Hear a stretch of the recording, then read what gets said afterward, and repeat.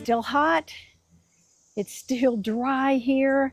And y'all, today my project is to take part of these Cherokee Purple tomato plants. As you can see, a lot of them look so sad and tired and scraggly, but there are some pieces to them that are looking pretty good. And I'm wanting to take that and figure out what's next with that plant. This plant has been through a lot: heat, pests, and stress. But these top stems are still green and healthy enough to make a comeback. So welcome to Garden Grace. I'm Rebecca, and let's figure out how to save some of your tomato plants that maybe where you live, you still have some growing season and you don't want to just jerk out those poor, tired, scraggly tomato plants. So you'll be able to take part of a cutting. Let's figure out how to root it and how to create that fall tomato plant so that you can keep getting a harvest from it. If you've been following along, you know with my Cherokee Purple tomato plants, I was so hopeful. I got probably 1 dozen of good tomatoes and had to throw away 24 to 36 other ones due to the tomato leafworm and a squirrel eating on them. And just, it's like, what else? What else is going to happen to these beautiful plants? They started out absolutely gorgeous, as you can tell in this next shot. And now they are, oh my goodness. And this isn't even the worst one. I have done a lot of trimming, but they've struggled. They've struggled. You know, we got so much rain in the beginning, and then we've had this high humidity and heat and no rain. And so I know that watering with my city water isn't the best for the plants. However, I've done my different fertilizing. I've loved them. I've taken care of them. And yet I was at the point, just like I'm sure you are. Do I just jerk them out? Let's say season's done. Thank you for what you gave me, and I'll try again next year. Or could you possibly utilize something on the plant right now? And again, this could just be your research and discovery. Will it work? Won't it work? Hey, let's just try and see if it will work, right? Okay, before I snip it, y'all, the first thing I want to do, and thank you for being under my patio umbrella with me as I still have sweat dripping off of me. So what I'm going to do is I'm going to fill this pot, because I'm not going to have just 1 clipping. I think I'm going to try 3. And I'm going to fill it. This is my seed starter mix, and I'm going to fill it halfway with that, and then the rest of the way with my perlite, those little white granular things. I got my big bag and I've put them in here, and this is what they look like. And so this is going to be half and half with that. Okay, so I filled this up pretty much half and half. I didn't do it exact, but I think this is good enough. And then, y'all, what you want to do is wet it. Now, not where it is soaking wet, but where it is like when you hold it together, you know, it works well. So I'm just going to mix that again, because I want to give this cutting that I'm going to take off my Cherokee Purple tomato plant the best chances it has to root and grow another plant for me.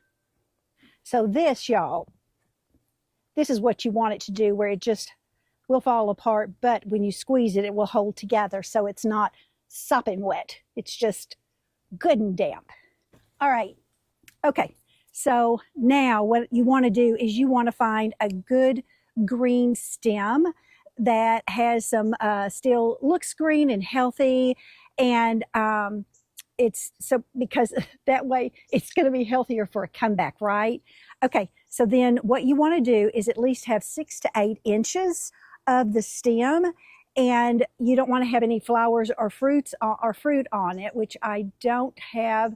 There may be a couple of little ones starting, which I'll just stop because I don't want it putting all of its energy into that right now. And I want it to focus on the rooting part. And so what you want to do is go just below a leaf node to be able to snip it. And so, have I done this before? No, I have not. So I'm thinking, well, do I snip it right here and then remove all this? Then I have this. Or do I do it down here and then remove those so I have a little bit longer? Because where the leaf nodes are, if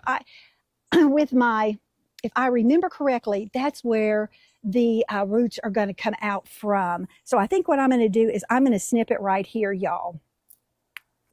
And I have these little scissors, the Fiskar scissors snips, because they're clean. I don't use it around anything else. Okay, so next what I'm going to do is I'm going to remove the the lower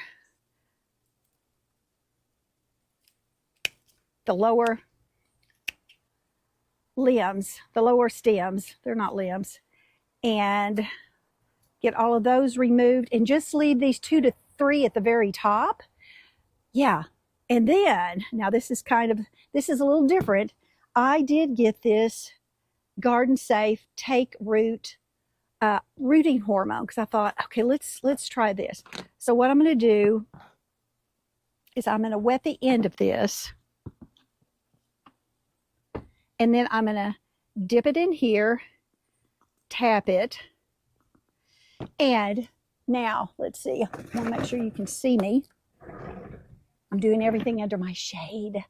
So now I'm going to actually stick this way down so I have it's got even more opportunities to give me more roots. And there we go.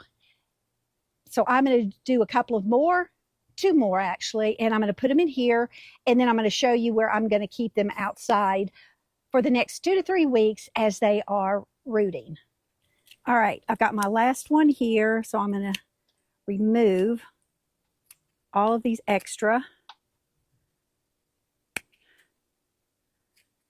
pieces.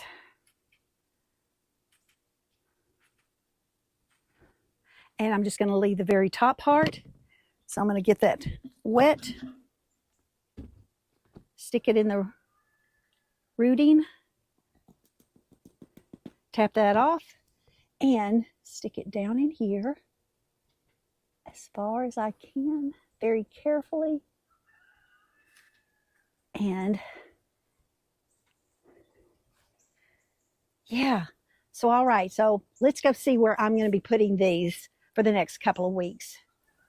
All right, y'all, so Garden Grace, vertical gardening, grow bags are all up there, and this is my shade garden, and this is exactly where I'm going to be putting it, where it gets some really wonderful filtered light, but it stays in the shade, and I'll keep it moist so that it doesn't dry out at all. And I'm going to go down here and stand in the shade as I am sweating, y'all.